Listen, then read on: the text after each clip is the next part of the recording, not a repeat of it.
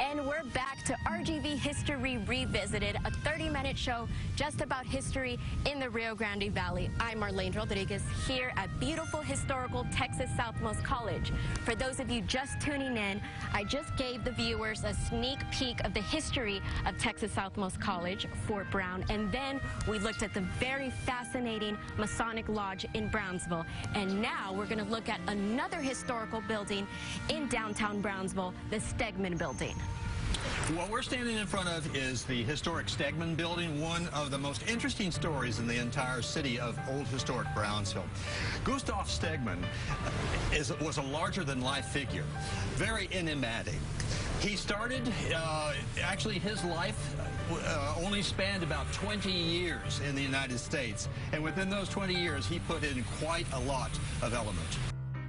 Stegman, in my opinion, would be very important to Brownsville because he exemplified that early spirit in the building of our commercial center here, of our social center. From the period that he landed in 1904 to when he died in 1917, he did so much. He gave so much back to his city. Now, this building is doing the same thing because with the cooperation of the Buena Vida Neighborhood Project and the focus on the arts, it is giving back to Brownsville. That's exactly what we should do. Stegman came from Westphalia, Germany.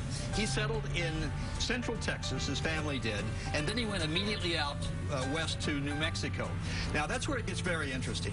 He was involved in power plant generation and the building of phone systems. That's what brought him to Brownsville. But his first wife had a boyfriend prior to their marriage, and his name was Billy the Kid. If you can imagine the colorful family history that this fellow had. Stegman accumulated some very impressive wives in his short time. His second wife was the daughter of Uriah Lott, the president of the railroad that came to Brownsville in 1904.